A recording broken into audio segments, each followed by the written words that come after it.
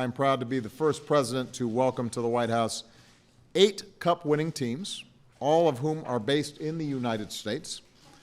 I reminded the Canadian Prime Minister, Trudeau, who we had a state dinner here, about that not too long ago. And that, of course, includes this year's outstanding champions. Let's give it up for the Pittsburgh Penguins.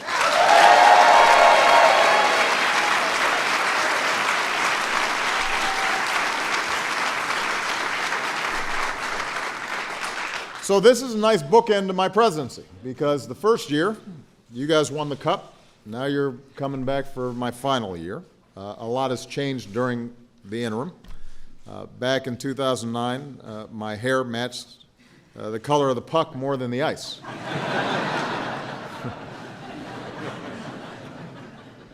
Sid the Kid was actually a kid. And Gino was still snapping pictures with his flip phone.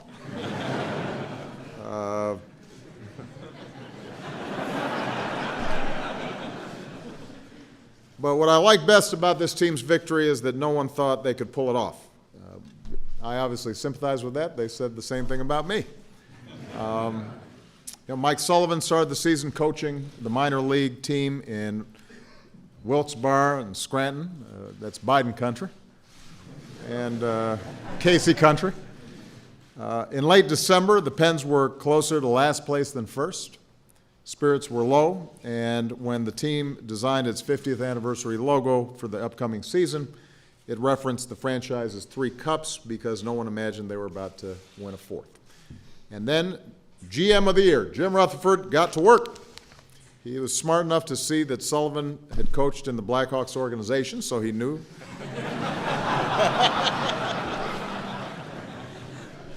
He knew Sullivan brought a lot to the table. Goalie Matt Murray, a rookie, was a brick wall. The HBK line, none of whom were on the team last year, were so dominant that they earned their own sandwich at Primanti Brothers. The Pens went 14-2 down the stretch to finish second in the East. And then, don't worry, I don't have any more bad jokes, that poor thing.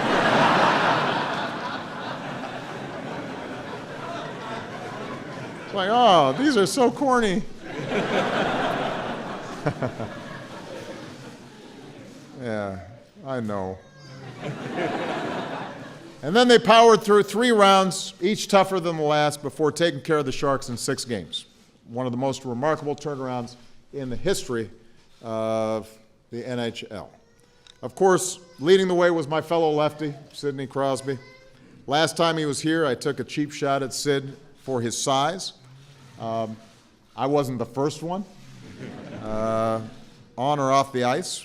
Of course, since then, he's won 2 Olympic golds, a World Championship, a World Cup MVP, a playoff MVP, another NHL MVP, a mountain of other postseason awards, even won an Emmy. And, of course, he hoisted this trophy right here, his 2nd Stanley Cup, to match his mentor, Super Mario. So, Sid, what an extraordinary accomplishment.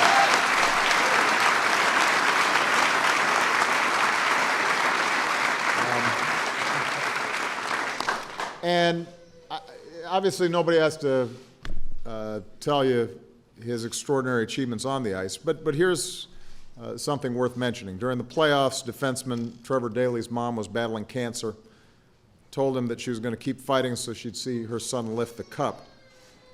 The captain always chooses who gets it second. It's a big honor. Sid surprised everybody, including Trevor, by handing it to him. Trevor's mom, Trudy, got to see her son skate around with it on a broken ankle, and then passed away a few days later. And that's a testament to the kind of person Sid is, but also the kind of team this is. All summer, these players shared the cup with their families. Nick Bonino brought it to his grandparents' place, where they ate his Nana's famous tuna fish pasta out of it. He let his infant daughter, Maisie, sit in it. A cup celebration spanning 4 generations. To paraphrase the legendary Badger Bob Johnson, that's a great day for hockey. And of course, the people of Pittsburgh love their Penguins, including their outstanding Mayor, Bill, where are you? I heard he's here. Here he is. Double doodle.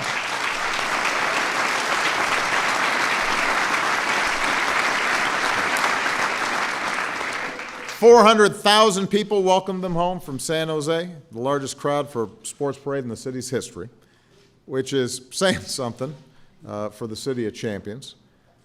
Pittsburgh also appreciates this team, as do I, for what they've done in the community.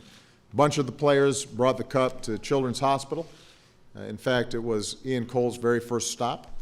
Inspired by Michelle's Let's Move initiative, the Penguins Foundation started Project Power Play to get more kids exercising, and now it's helping to restore city and county parks across Pittsburgh. The foundation's also raising awareness about concussions for young athletes. And the Pens have been leaders in the Green Sports Alliance, making their facilities more energy and water efficient, lowering their carbon footprint as they travel. I want to thank Commissioner Bettman and the entire NHL for leading the way in environmentally sustainable sports, because we want to continue to have ice so that we can play hockey. You guys are champions because of your persistence, because of your teamwork, the faith you have in each other. You've set a great example for the city and for the league. Keep up the great work on and off the ice. Have a great season.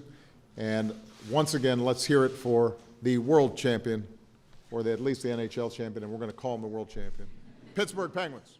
Well, you may have heard that he has long refused to release his tax returns the way every other nominee for president has done for decades.